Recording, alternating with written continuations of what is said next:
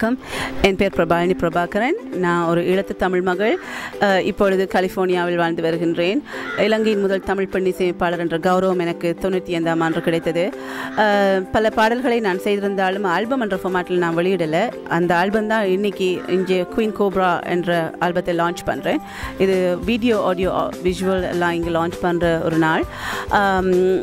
இந்த குயின் கோப்ரான்ற சாங் 5 லாங்குவேஜஸில் செய்திருக்கோம். 5 language: German, Spanish, English, Tamil and Hindi.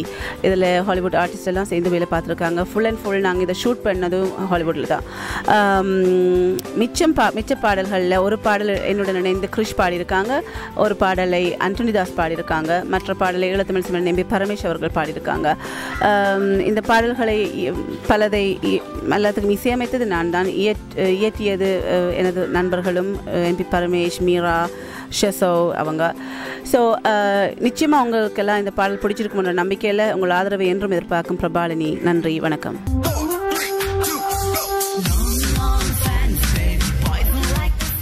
வெளிநாட்டில் வாழ்ந்து கொண்டிருக்கிற ஒரு பெண், பிழைப்பிற்காக வெளிநாடு செல்கிறவர்கள் கொஞ்ச நாட்களில் தமிழை, தமிழ் உணர்வினை, தமிழ் பண்பாட்டினை மறந்து கொண்டிருக்கின்ற போது, பொருளீட்டுவதுதான் வாழ்க்கையினுடைய குறிக்கோள் என்று தங்களை மாற்றிக் கொண்டிருக்கிற போது, தமிழை மறக்காமல் தன் தாய் மண்ணில் வந்து இதை வெளியிட்டிருக்கிற அந்த பெண்ணுக்கு நாம் அனைவரும் நன்றி செலுத்த வேண்டும்.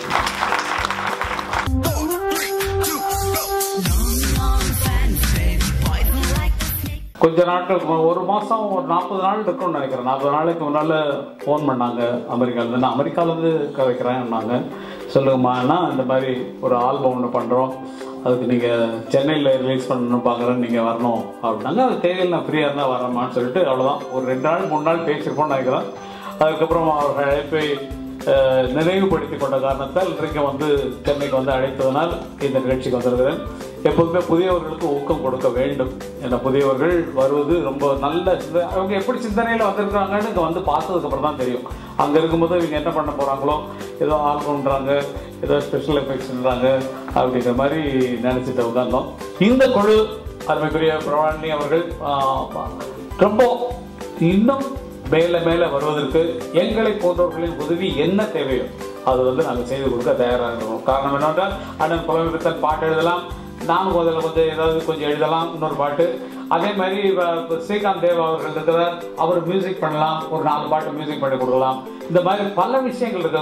இவர் இருக்கிறார், நம்ம மாணிக்க நாயகம் இருக்கிறாரு.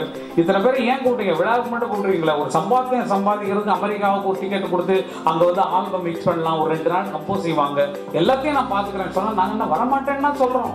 நல்லா சொல்லுங்க, நான் வரமாட்டேன்னு சொல்லுவோமா? நீங்கள் அவ்வளோ அன்பாக கொடுக்குறது அமெரிக்காவை தாண்டி கூட நாங்கள் வர்றதுக்கு நாங்கள் தயாராக இருக்கோம்.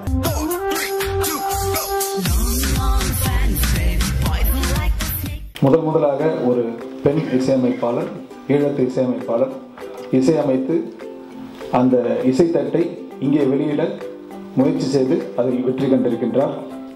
அதை திரையில் நாம் பார்த்தோம், ரசித்தோம், மகிழ்ந்தோம். அது உலகளவிய வெற்றியை பெற வேண்டும் என்று இறைவனை அன்போடு நான் பிரார்த்திக்கின்றேன்.